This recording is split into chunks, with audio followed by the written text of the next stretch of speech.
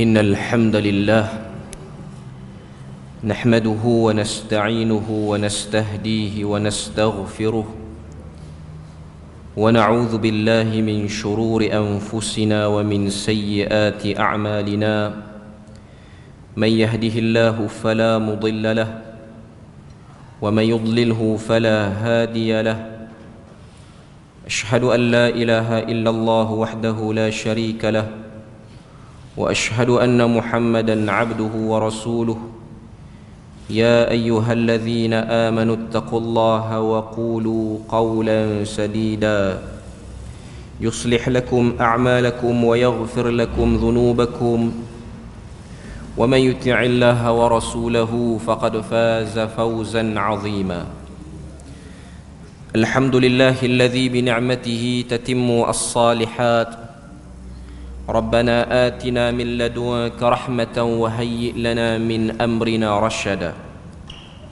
اللهم آت نفسي تقواها وزكيها وأنت خير من زكاها أنت وليها ومولاها أما بعد. Alhamdulillah, syukur pada Allah Azza wa Jal kerana dengan rahmat dan juga limpah kurnia yang Allah Ta'ala berikan dapat kita bersama pada malam ni menyambung perbahasan daripada risalah 40 amalan mudah menurut sunnah. Sambungan kita yang terakhir malam ni kita masuk pada sunnah yang ke-36, muka surat 102, memasuki kawasan perkuburan dengan menanggalkan selipar ataupun kasut. Jadi kita tengok hadis yang diletakkan situ ialah hadis yang diriwayatkan daripada Sunan Abi Daud daripada Bashir berkata, fa idza rajulun yamshi fil quburi alaihi na'lan faqala Rasulullah sallallahu alaihi wasallam ya sahibas sibtain ya sahibas sibtayatain. Maksud dia, kalau kita tengok dalam hadis tu dia kata pada suatu hari seorang lelaki berjalan bersama dengan Rasulullah sallallahu alaihi wasallam di kawasan kubur. Tiba-tiba baginda melihat orang yang berjalan di kawasan pemakaman dalam keadaan memakai selipar ataupun kasut. Maka baginda menegurnya dengan memanggil, wahai orang yang memakai selipar ataupun kasut, waihaka alqi sibtiyaitaik. Susah sikit nak sebut kataan dia tu. Okey. Tuan-tuan tengok dalam buku boleh baca kot. Okey. Cuma nak katanya Nabi kata, malangnya engkau lepaskan selipar ataupun kasutmu. Okey. Selipar yang dimaksudkan dalam hadis ni iaitu na'al sibti ni. Na'al sibti ni ialah satu selipar kasut ataupun yang diperbuat daripada kulit yang mahal. Proses nak buat dia tu agak renyah sikit lah. Maknanya handmade dia punya kasut ataupun selipar ni. Dia dibuat daripada kulit binatang. Lepas tu dia ada proses kena sertu ataupun kena cuci kulit tu, buang bulu-bulu dia. Cuma nak katanya ianya ialah selipar yang berjenama pada zaman tu. Jadi dalam hadis ni kalau kita tengok, Nabi larang, wahai orang yang memakai dua selipar ataupun sepasang kasut sibti ni. Tengok dalam syarah Sunan Abi Daud dia sebut Nabi larang pakai selipar itu. Sebab tu ada sebahagian pandangan melihat bahawasanya selipar yang dilarang sini ialah selipar yang daripada kulit ni. Nanti kita akan tengoklah. Okey. Fa nadhara ar-rajulu falamma 'arafa Rasulullah sallallahu alaihi wasallam khala'ahuma farama biha. Kemudian Nabi kata, kemudian dalam hadis tu kata lelaki tersebut melihat baginda dan dia tahu bahawa yang menegurnya adalah Rasulullah sallallahu alaihi wasallam, lalu dia menanggalkan seliparnya dan mencampakkan kedua-duanya. Jadi dalam hadis ni secara literal, secara luarnya, secara teksnya kita boleh tengok larangan memakai selipar daripada jenis kulit sibti itu. Ianya ialah satu selipar yang mahal pada waktu itu. Cuma nanti kita akan tengok dalam pengajaran hadis ni, adakah termasuk semua jenis alas kaki. Tak kira lah slipper ke, kasut ke. Sebab di utara ni dia ada setengah-setengah kawasan slipper pun panggil kasut. Kalau di Perlis ni memang dia panggil kasut semua. Jadi tak ada orang pakai slipper di Perlis, semua pakai kasut lah ke. Jadi nak sebutnya, poinnya ialah adakah ianya termasuk semua sekali. Secara literal saya sebut dulu, kenapa Nabi larang? Kerana di kawasan perkuburan ni bukan kawasan untuk memperagakan pakaian yang mahal. Ini ialah perhentian terakhir kamu daripada dunia. Ni tempat dikebumikan orang yang mati. Tiba-tiba ada orang dia pakai elok, dia pakai pakaian yang tak menunjukkan kematian, matinya satu orang, ataupun majlis pengkebumian yang dia hadiri itu tak memberi kesan dia untuk dia ni lebih tawaduk, lebih merendah diri. Itu antara poin yang disebutkanlah oleh sebahagian para ulama. Jadi sebab itulah ada perbahasan, perbincangan di kalangan para ulama mengkhususkan ziarah kubur pada hari raya. Kenapa? Kerana biasanya orang ziarah kubur pada hari raya ni orang pakai baju baru. Orang pakai slipper dan kasut yang baru apa-apa semua. Jadi dengan baju baru tu dia masuk ke kawasan perkuburan, dia masih lagi ada rasa seronok pakai baju baru ni. Smart baju tu, cantik baju tu. Jadi itu antara sebahagian sebab para ulama melarang mengkhususkan hari raya Idul Fitri itu sebagai ziarah kubur. Kerana apa? Kerana kubur ini ialah tempat untuk kita mengingati akhirat. Kita tak lagi menjadikan dunia sebagai tumpuan. Sebab tu juga ada larangan Nabi larang kubur ni disimen, ditinggikan. Kerana apa? Sudah tak patut bagi si mati itu dimewah-mewah, dicantik-cantikkan kuburnya. Bahkan ia satu penghinaan kepada si mati. Maknanya minat benar dia ni pada dunia, kubur dia paling cantik pada kubur orang lain. Sepatutnya kubur ini ialah ianya kekal dalam keadaan ada tanda kubur, iaitu batu nisan, batu apa-apa sajalah. Ada yang lebih orang kata apa, lebih tegas lagi. Batu nisan tu pun tak ada letak apa-apa tulisan tanda pun, nak kata ini siapa yang mati di sini. Dan antara kawasan perkuburan yang memang ikut follow macam mana yang Nabi perintahkan ialah tanah perkuburan Baqi'ul Gharqad di sebelah Masjid Nabawi sekarang. Siapa-siapa saja yang meninggal situ, sama ada dia tokoh besar ataupun dia raja pemerintah, tidak akan diberi apa-apa tanda batu nisan yang ada nama, dipahat nama, tak ada. Sebab kematian ialah pemutus. Dalam hadis riwayat Tirmizi Nabi sebut, akthiru zikra hadhimil ladzat. Perbanyakkanlah kamu mengingati pelebur, pemecah kepada kelazatan dunia, yakni al-maut, iaitu kematian. Sebab tu bila mana kita pergi ke kawasan perkuburan, kita ziarah ni, pertama mengingatkan kita sedang menuju ke arah kematian itu.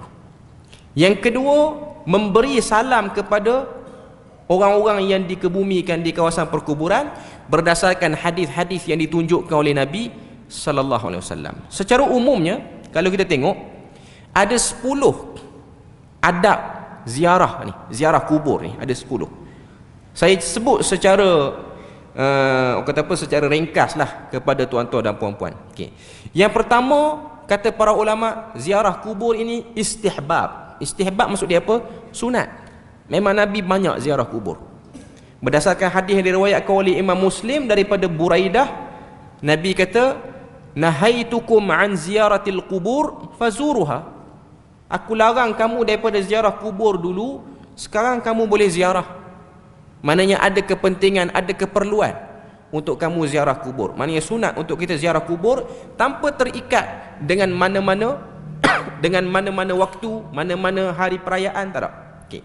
Yang kedua, tidak beristighfar kepada sesiapa yang mati daripada kalangan bukan Islam, walaupun daripada keluarga sendiri.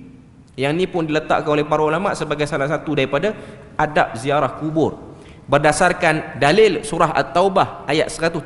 Tuhan sebut, ma kana lin nabiyyi wallazina amanu an yastaghfiru lil musyrikin.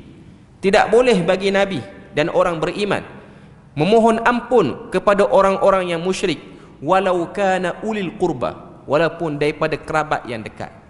Ini khusus bagi saudara-saudara yang baru memeluk Islam, ataupun kita istilahkan dengan muallaf.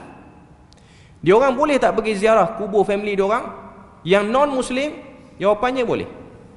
Tapi dia tak buat apa-apa, sekadar untuk dia mengingati bagi diri dia. Dia tak baca apa, dia tak doa apa pun, tak ada greeting apa pun yang dia bagi. RIP ke, rest in peace ke, tak sebut apa. Sebab sekarang dia dah muslim. Sebab Nabi pernah ziarah kubur ibunya di Abwa.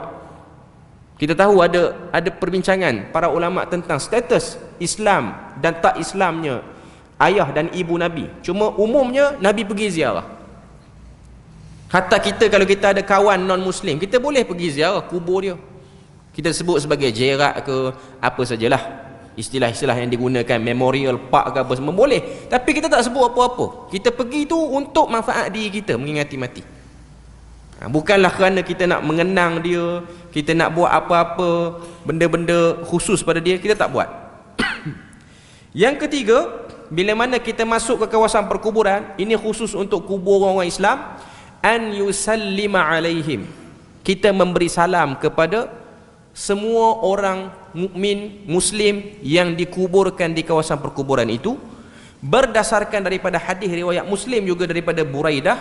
Dia kata, kana Rasulullah sallallahu alaihi wasallam yuallimuhum idza kharaju ila al-maqabir an yaqulu. Nabi ajar pada kita bila mana masuk kawasan perkuburan untuk sebut satu perkataan ni, assalamu alaikum ahlad diyar minal mu'minin wal muslimin wa inna insyaallah lahiqun as'alullah lana wa lakumul afiyah.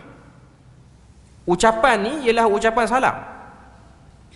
Cuma ada perbahasan di kalangan para ulama, yang telah dikuburkan tu dia jawab ataupun tidak. Ada sebahagian kata dia jawab, sebab jelas daripada perkataan Nabi ajar tu ialah assalamu alaikum. Dia punya lafaz salam tu macam salam kepada orang hidup. Ada yang kata tak, kita buat kerana amrun ta'abbudi, kerana Nabi ajar buat macam tu, maka kita pun buat macam tu lah. Yang tu tak ada benda yang terlalu crucial sangat untuk kita bincang. Cuma nak sebutnya memang ada khilaf. Isu si mati yang dah dikuburkan ni, dia boleh dengar ataupun tidak, dan dia boleh tahu ataupun tidak perihal keadaan orang yang belum mati di atas muka bumi ni. Itu khilaf di kalangan para ulama. Okay. Adab yang keempat ialah berdoa kepada orang-orang yang telah meninggal. Doa apa yang disyorkan oleh para ulama untuk kita berdoa bila mana kita menziarahi kawasan perkuburan ni? Kata sebahagian para ulama, ianya ialah doa seperti mana dalam firman Allah Ta'ala surah Al-Hashr ayat yang ke-10, iaitu doa yang berbunyi, Rabbana ghfir lana wa li ikhwanina alladhina sabaquna bil iman wa la taj'al fi qulubina ghillan lil ladzina amanu Rabbana innaka raufur rahim. Ini doa yang dianjurkan bila mana kita masuk kawasan perkuburan, kita doa kepada semua si mati. Sebab tu ziarah kubur ni, tuan-tuan boleh tanda, ni surah Al-Hashr ayat 10. Dia bermula dengan ayat walladzina ja'u min ba'dihim yaquluna rabbana ighfir lana wa li ikhwanina alladhina sabaquna bil iman wa la taj'al fi qulubina ghillan lil ladzina amanu rabbana innaka raufur rahim. Wahai Tuhan, ampunilah kami dan saudara-saudara kami yang telah mendahului kami dengan iman yang ada dalam hati mereka, dan jangan jadikan kami ada perasaan hasad dengki kepada orang beriman yang telah meninggal dunia. Engkaulah Tuhan yang maha lembut, maha santun dan juga maha mengasihani kepada sekalian hamba-hambamu. Doa ni tak syarat masuk kawasan perkuburan baca. Kita boleh baca hatta sebelum salam pun boleh baca. Sebab mendoakan semua orang beriman ni memang dianjurkan. Cuma antara cadangan, kalau tak tahu nak doa apa. Sebab orang kita ni dia ada satu perangai, ada satu tabiat, dia pergi ziarah kubur yang ada family dia dikebumikan situ saja. Sebenarnya ziarah kubur ni tuan-tuan boleh pergi ziarah kubur mana-mana kubur pun.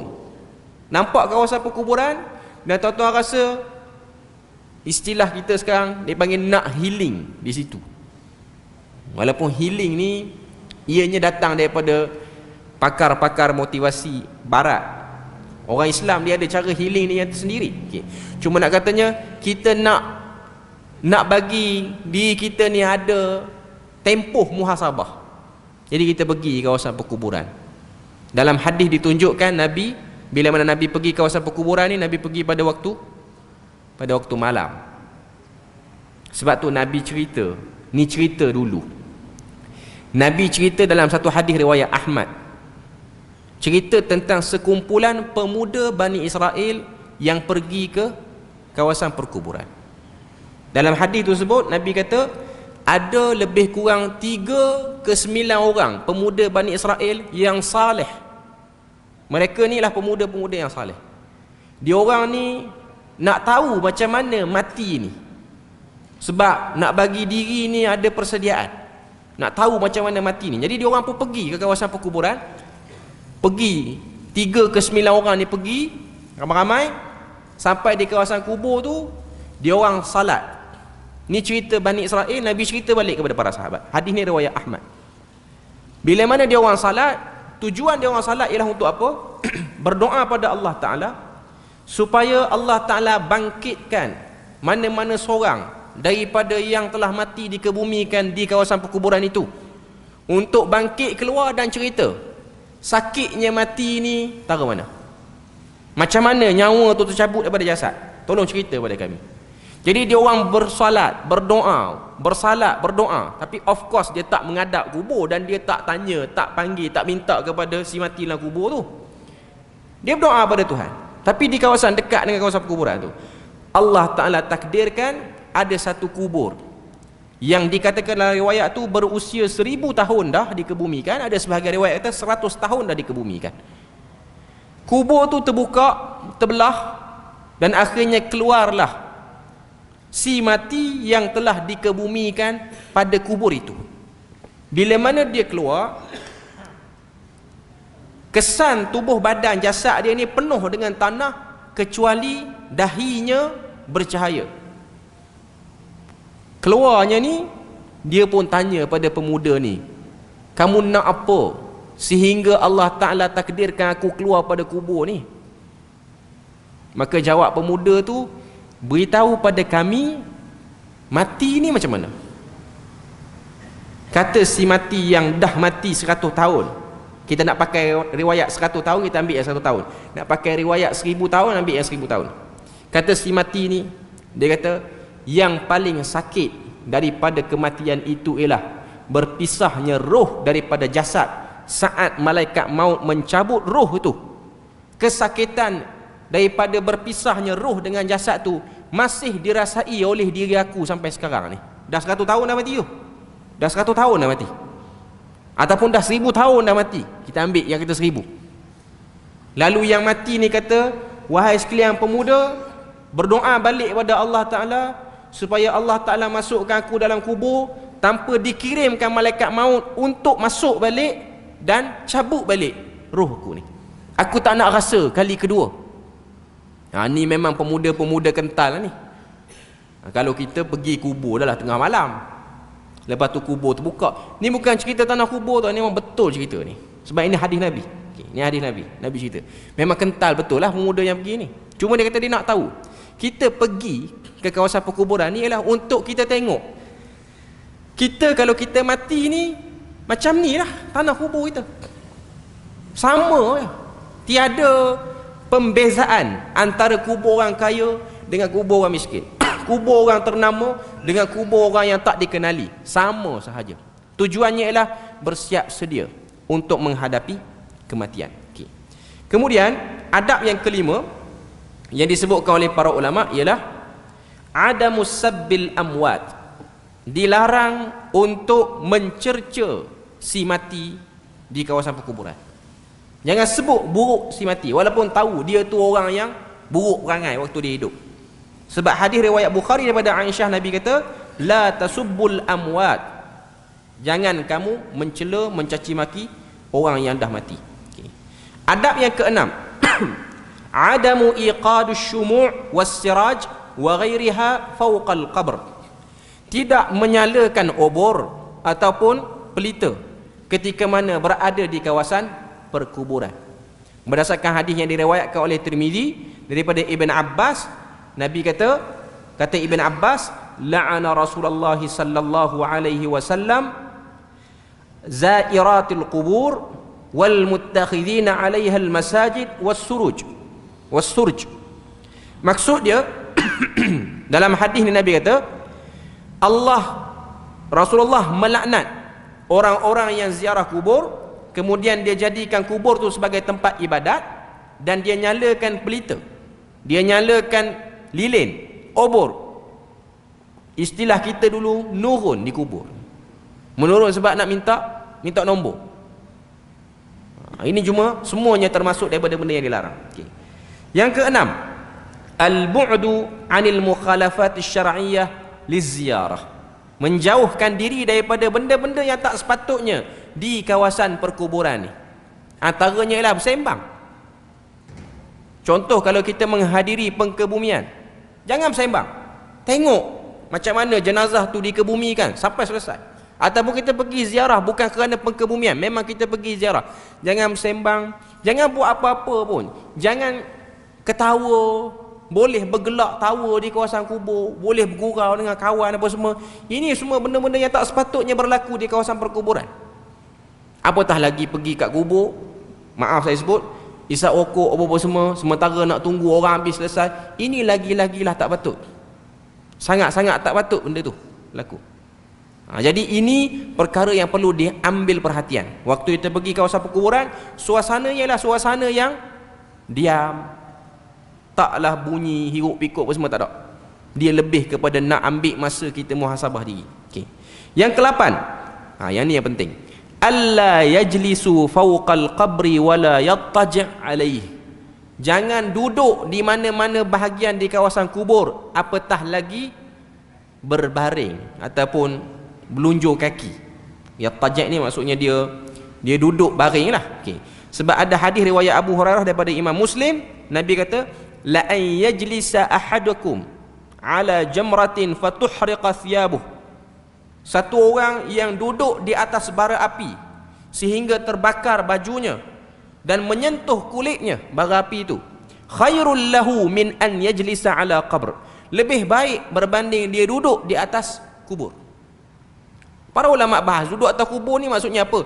Duduk atas kubur yang antara batu nisan kepala dengan batu nisan kaki. Ada sebahagian kata macam tu.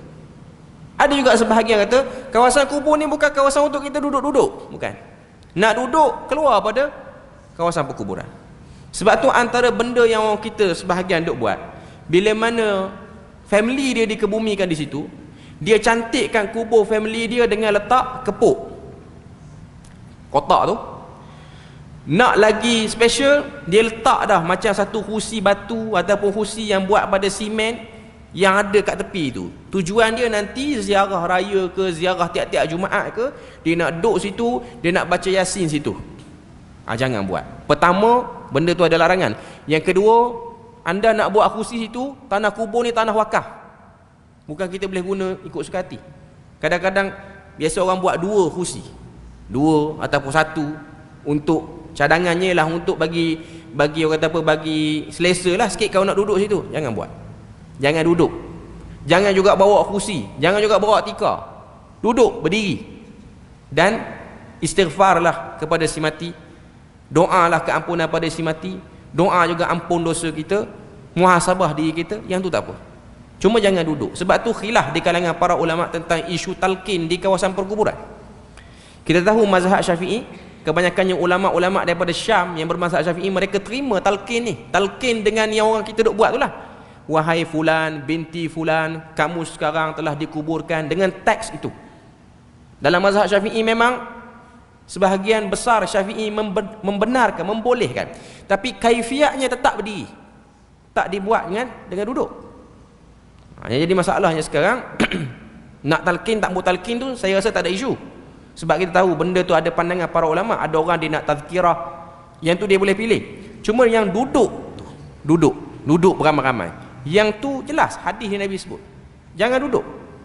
Nak talqin ke silakan, tapi jangan duduk di kawasan perkuburan. Buat talqin dalam keadaan berdiri. Okey. Kemudian seterusnya yang ke-9, adamul bina'il masajid 'alal qubur. Larangan membina masjid ataupun ruang salat di kawasan kubur. Maknanya bertutup atap semua, elok disimenkan, siap ada hampa kapek apa semua, yang ni tak boleh. Okey. Yang ke-10, adamul istighathah bil mauta. Larangan jangan mohon pertolongan kepada si mati. Mohonlah pertolongan kepada Allah Azza wa Jalla. Tu 10 benda saya sebut secara ringkas. Okey. Baru kita masuk pada buku kita ni. Pengajaran daripada hadis. Ulama berbeza pendapat terhadap status hadis ini. Sebahagian ulama memdaifkannya. Ini kerana terdapat perawinya yang bernama Khalid bin Sumair. Sebahagian ulama mengatakan dia perawi yang mempunyai kesilapan dalam riwayat, manakala sebahagian ulama mengatakan ianya hasan. Namun begitu majoriti ulama menilainya sabit. Imam Ahmad menilai sanadnya jayyid, iaitu baik. Al-Hakim dan Imam Ibn Hibban, tuan-tuan kena tambah dalam buku. Dalam buku dia Imam Hibban, yang betulnya ialah Ibn Hibban, mensahihkannya. Ibn Hibban, kena tambah IBN kat depan tu. Manakala majoriti ulama menilainya hasan. Ulama berbeza pandangan tentang hukum memakai selipar di kawasan perkuburan. Yang pertama, mazhab Zahiri berpandangan haram memakai selipar kulit yang tidak mempunyai bulu haiwan di kuburan, kerana hadis ini jelas melarang sahabat tersebut memakai selipar. Namun jika dia memakai selipar kulit yang masih berbulu, ataupun walaupun sebelah dan sebelah lagi tidak berbulu, maka tidak diharamkan, kerana hadis ini hanya menyebutkan selipar yang tidak berbulu. Imam An-Nasai seolah-olah cenderung kepada pendapat ini. Al-Zahiri kita tahu pandangan ni memang dia ambil zahir lah, Daud Al-Zahiri ni. Selipar kulit yang tak berbulu. Contoh, selipar kulit orang Melayu apa dia? Capal lah kot. Capal Melayu, bukan capal yang dekat kopiah tu. Capal Melayu betul, yang memang dibuat daripada kulit ni. Yang tu capal daripada kulit binatang apa semua. Apa-apa sajalah, selipar-selipar yang dibuat daripada kulit asli, bukan PVC apa semua tu. Maknanya kalau ikut pandangan Zahiri, selipar Jepun, selipar yang dibuat daripada plastik, yang ni tak apa nak pakai. Yang ni tak apa nak pakai. Sebab tu saya sebut tadi, poinnya ialah jangan pakai selipar kulit. Tapi ada sebahagian ulama kata selipar yang berunsur mewah. Selipar apa yang kita pakai tu orang rasa mahal selipar tu. Selipar apa tuan-tuan? Kalau ingat kau zaman belajar dulu di Jordan ni, antara selipar yang menjadi kebanggaan lah bagi student-student belajar di Jordan ni kalau pakai, Birkenstock Jerman tu. Tuan-tuan pergi mall ni ada selipar tu. Selipar tu mahal, 300, 400. Kalau yang dijual dekat mall di Penang ni ada. Siap ada yang kategori pig skin, kulit babi pun ada. Mahal selipar tu. Selipar tu memang mahal.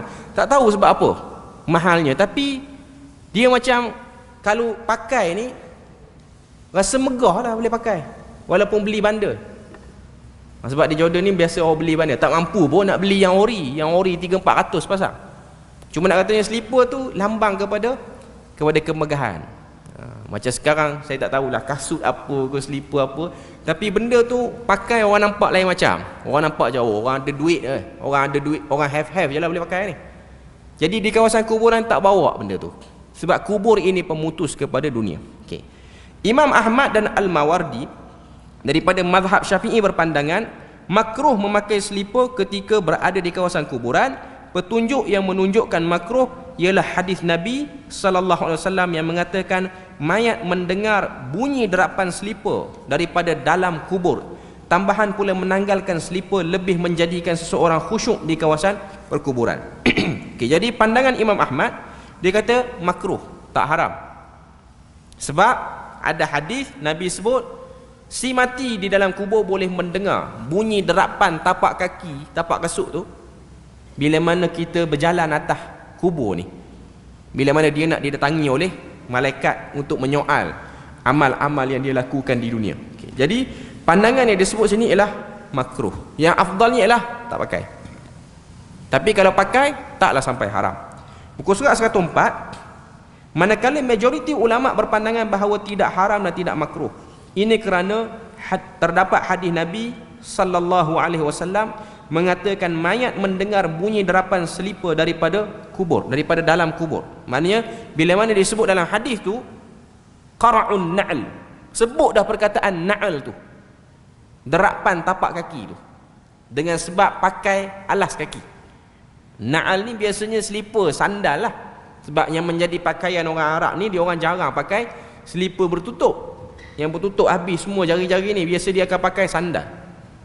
Maknanya selipar yang nampak lagi jari, yang dikepit ibu jari dengan jari telunjuk kaki tu. Okay. Itu biasa disebut sebagai na'al. Okay. Kemudian dia sebut sini, dia kata majoriti ulama cuba mentakwilkan larangan dalam hadis ini. Berikut takwilan mereka. Larangan ini khas untuk selipar kulit yang tidak berbulu kerana ia lambang kemewahan dan kesombongan. Macam saya sebut tadi lah. Kalau sekarang Birkenstock ke apa lagi,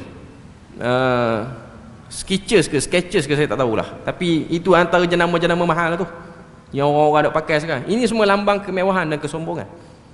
Cuma untuk kita orang Malaysia yang tu, tapi untuk orang Arab dia lebih lagi lah. Sampai sekarang ni pun orang Arab ada pakai na'al. Tuan-tuan tengok orang-orang Arab Teluk ni yang pakai jubah kemas apa semua tu, selipar yang dia orang pakai tu selipar yang mahal-mahal. Selipar dia orang tu ratus-ratus, 500 rial boleh pergi, 1000 rial pun boleh pergi. Capal Melayu kita ni pun kalau kena yang tempah khusus apa semua, itu pun semua lambang kemewahan. Dilarang memakainya kerana ia bukan tempat untuk memperagakan fashion, macam saya sebut tadi. Okay. Tetapi takwilan ini tidak tepat kerana baginda sendiri memakai selipar seumpama ini. Larangan ini diucapkan apabila Nabi SAW melihat najis yang ada pada selipar sahabat berkenaan. Tetapi takwilan ini juga tidak tepat kerana jika benar ada najis, pastinya Nabi akan minta dia menyucikan najis itu. Maknanya ada beberapa usaha para ulama mencari takwilan. Okay. Isu ini ialah isu khilafiyah. Setiap mazhab mempunyai dalil masing-masing. Melihat kepada dalil-dalil yang ada, jelas bahawa lebih utama untuk menanggalkan selipar di kawasan perkuburan. Akurnya sahabat Nabi sallallahu alaihi wasallam dalam hadis ini pada arahan baginda tanpa bertanya apa-apa mengisyaratkan baginda tidak memakai selipar pada waktu itu. Bagi saya lah, tuan-tuan tengok keadaan. Sebab kawasan perkuburan kita tak sama dengan kawasan perkuburan di negara Arab.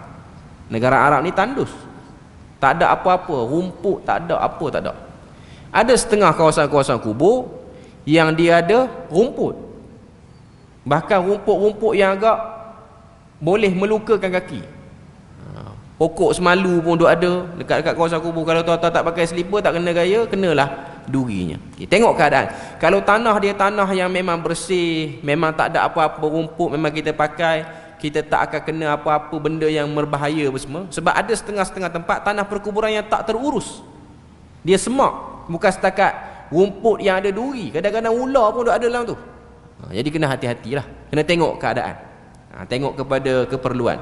Kalau dia bersih elok, tak pakai lebih baik. Tapi kalau kawasan yang agak bersemak sikit apa semua, maka kita pakailah. Sebab pandangan yang disebut sini ialah pandangan yang khilaf di kalangan para ulama. Okay. Kemudian apa lagi disebut situ? Mungkin kerana ini lebih menjadikan seseorang yang menziarahi kubur lebih tawaduk dan menghormati mayat di kawasan perkuburan. Mungkin ia juga isyarat kepadanya bahawa dia akan bangkit dari kubur tanpa pakaian dan selipar. Maknanya ini sebahagian pandangan hikmah para ulama. Apabila pakaian tidak boleh dibuka kerana akan terbuka aurat, maka disyariatkan untuk dibuka selipar kerana kaki akan merasa tanah secara langsung. Wallahu a'lam. Tapi poinnya ialah untuk menjadikan diri lebih tawaduk.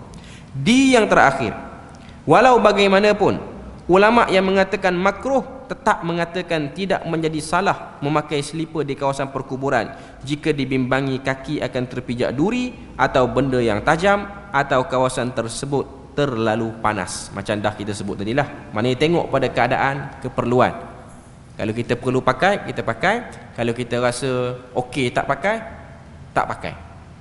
Maknanya saya lebih melihat kenapa larangan ini Nabi larang. Isunya ialah isu kesombongan. Isunya ialah isu kesombongan. Mana kita pergi kawasan perkuburan, sebab tu ada setengah-setengah agama ni dia tetapkan pakaian. Ada yang pakai serba putih, ada yang pakai serba hitam. Tapi Islam dia tak letakkan yang tu. Itu ialah melampau. Cuma nak sebutnya lah elakkan unsur-unsur kemewahan. Sebab tu kalau pergi bersembang, ini ialah orang-orang yang tak serius dan tak rasa benda tu besar, majlis tu besar pada dirinya. Menghadiri pengkebumian ni Nabi sebut dapat pahala 1 qirat. 1 qirat itu menyamai Bukit Uhud. Ada orang, ni saya pernah dengar di telinga saya sendiri, dapat bukit pun apa. Ada orang dia kata macam tu, tak menarik apa pun bukit. Orang kalau material macam tu lah dia fikir. Sebab Nabi tak sebut dapat emas sebesar Bukit Uhud. Kalau dapat emas mungkin terbeliak mata sikit kot. Cuma Nabi kata pahala itu 1 qirat itu ialah sebesar gunung Uhud. Tak tahu macam mana. Cuma untuk kapasiti sahabat dan orang-orang zaman tu, sebut besar gunung Uhud ni dah okey dah. Mungkin kalau Nabi zahir pada zaman ini, perumpamaan itu akan ditukar dengan perumpamaan lain yang lebih nampak hebat di mata orang zaman ni. Cuma nak katanya satu, jangan kita menilai balasan akhirat ni seperti mana balasan dunia. Itulah nak sebutnya. Maknanya kita try untuk menghadiri majlis pengkebumian. Satu manfaat untuk kita, supaya kita sedar kematian ini ianya boleh datang bila-bila masa, tak dijangka. Ianya ialah benda yang mengejutkan. Sebab tu Quran sifatkan kematian itu baghtah. Kematian itu dia tiba-tiba. Kalau kita buka Quran, kita akan tengok perkataan kubur ni disebut. Kita buka Quran, kita tengok berapa kali perkataan kubur disebut.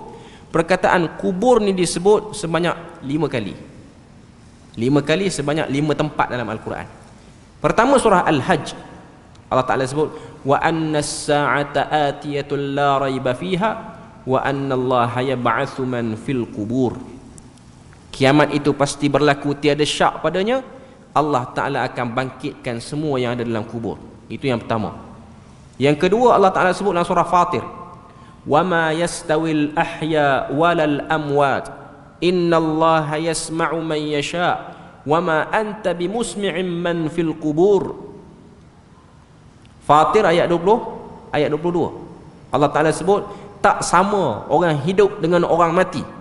Allah Ta'ala mendengar apa-apa saja yang dia ingin dengar, dan kamu tak akan mampu mendengar apa yang dikeluhkan orang yang berada dalam kubur. Ini nak cerita tentang kedegilan orang kafir.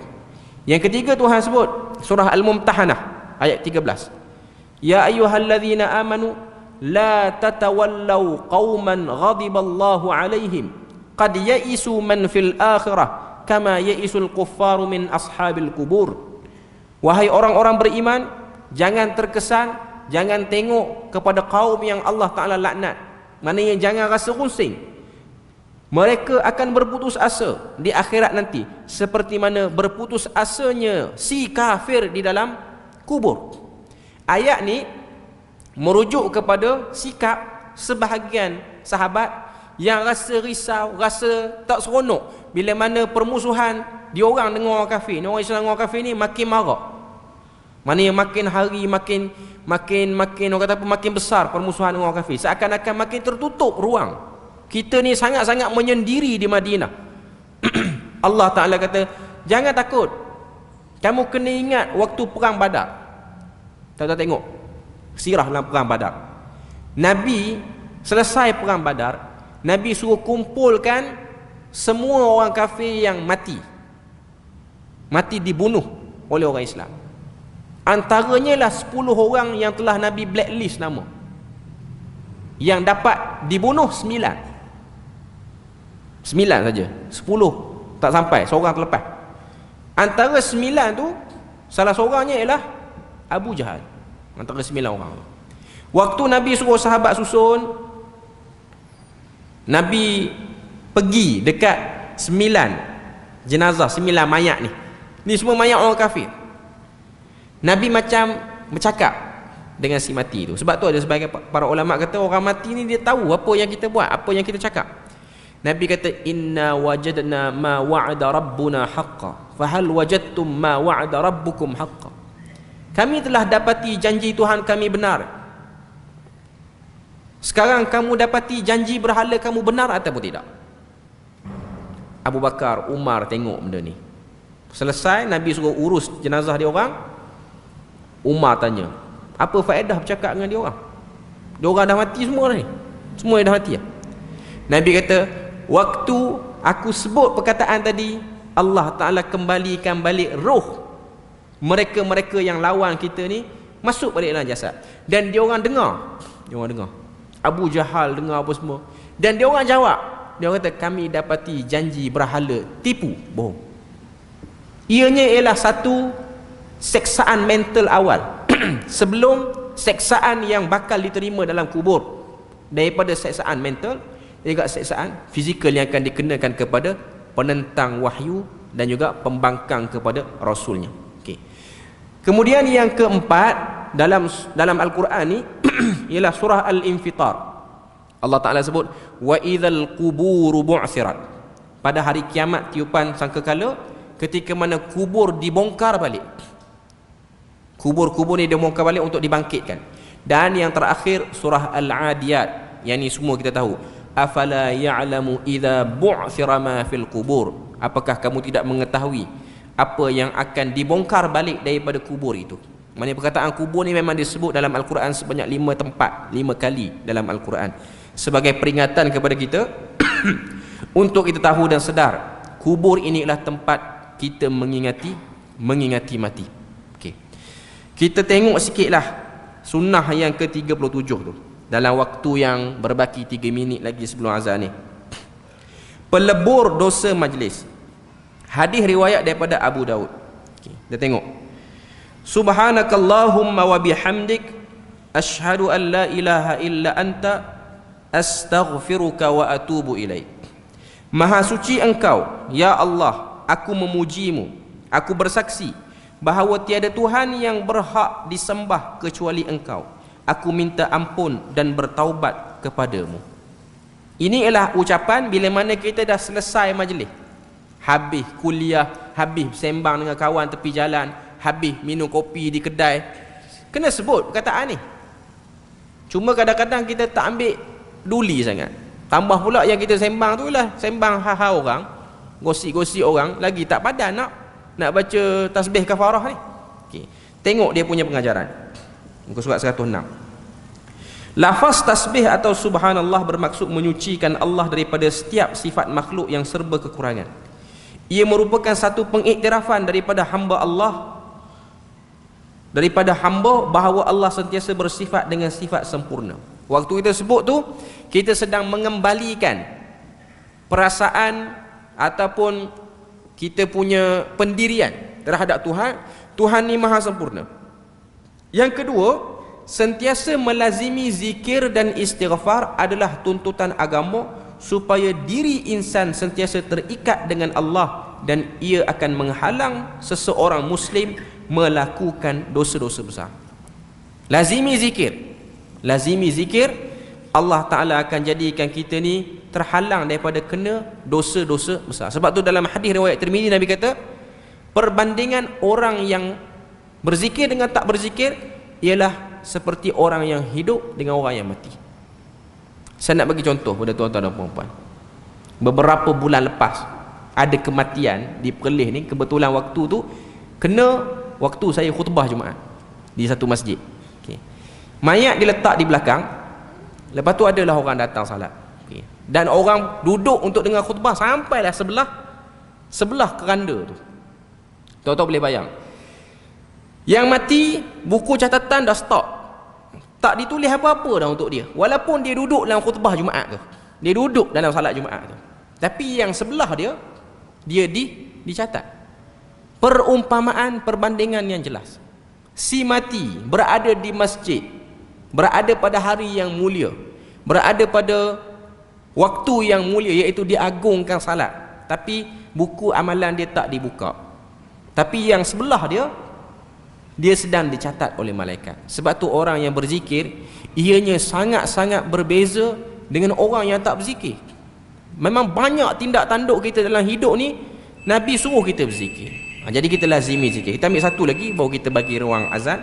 Sifat rahmat Allah yang sentiasa mengampunkan dosa hamba-hambanya yang bertaubat dan beristighfar. Maknanya, bila mana kita buat tasbih kafarah ni, kita sedang minta ampun pada Tuhan, mungkin terlepas cakap, apa yang kita cakap tu tak betul, apa yang kita cakap tu datang daripada hati yang lalai, kita sebut siap-siap tu, kita bertaubat kepada Allah Azza wa Jal. Cuma tambahan, tidak disusuli tasbih kafarah itu dengan bacaan surah Al-Asr, tidak disusuli.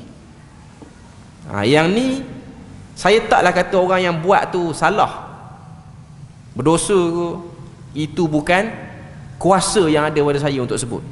Tapi yang Nabi ajar banyak tu ialah subhanakallahumma wa bihamdik asyhadu an la ilaha illa anta astaghfiruka wa atubu ilaik. Nabi suruh sebut banyak tu, habis majlis sebut macam tu. Ada orang dia kata kita tutup majlis kita dengan tasbih kafarah dan suratul Asr. Tasbih kafarah betul dah. Suratul Asr tu mai pada mana? Lepas tu kalau orang tanya, orang petikai, takkan baca Quran pun salah? Tak salah. Cuma bila mana benda tu ditunjukkan oleh Nabi, kaifiatnya kita kena iktafa, berpada dengan apa yang Nabi tunjukkan. Kalau kita datangkan apa yang Nabi tak tunjukkan, kita kena ada sandaran. Paling kurang ada ulama kata boleh. Nanti bangkit depan Tuhan di akhirat, orang tanya, Tuhan tanya, bukan orang tanya, Tuhan tanya, kamu tambah ni datang pada mana? Oh, ada pandangan Syafi'iyah kata boleh. Okey, tak apa, yang kena soal jawab pula nanti dia. Sebab tu saya mudah aja, tuan-tuan dan puan-puan. Kalau tuan-tuan nak tengok orang bila mana dia petikai banyak, dia persoal yang tu, geng-geng ni semua tak boleh, yang ni tak boleh, yang tu tak boleh. Kita buat, kita tak buat kerana sebab tak ada petunjuk yang jelas pada Nabi. Dia orang nak buat silakan.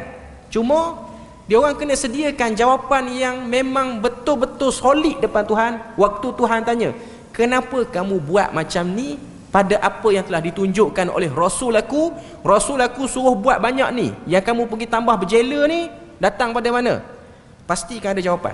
Cukup. Kalau ada jawapan, jawapan tu kemah, kita boleh agak Tuhan kata, okay, your answer is good, you can go to the heaven, boleh masuk syurga. Okay, tak apa. Tapi kalau kita clue tak boleh jawab, kita kena hati-hati benda tu. Saya tak nak jawab panjang, saya tak nak memanjang-manjangkan isu, sebab kalau kita bergaduh pun dia tak selesai, dia membuka pintu lain pula. Syaitan akan cocok kita, cocok dia, cocok kita, cocok dia. Last sekali keluarlah perkataan-perkataan yang buruk, dan akhirnya menggadaikan amalan sunnah yang kita pertahan, tak menjadikan kita satu orang yang betul-betul berpegang pada sunnah. Cukup, kita berhenti takat tu saja. Dia tak nak buat, sudah pastikan. Cuma kita sebut macam itulah, kena ada jawapan yang konkret depan Tuhan. Saya ada jawapan saya, sebab dalam hadis Nabi sebut macam ni. Okey, jadi kita berpada situ je untuk malam ni. Semoga Allah Ta'ala beri rahmat dan berkat. Untuk kali yang akan datang, saya doa agaklah kali yang akan datang ni kita boleh perhabis dah kot buku ni, daripada sunnah yang ke-38 sampailah sunnah yang terakhir 40. Cuma untuk malam ni kita berhenti situ je. Subhanakallahumma wa bihamdik asyhadu an la ilaha illa anta wa astaghfiruka wa atubu ilaik. Wassalamualaikum warahmatullahi wabarakatuh.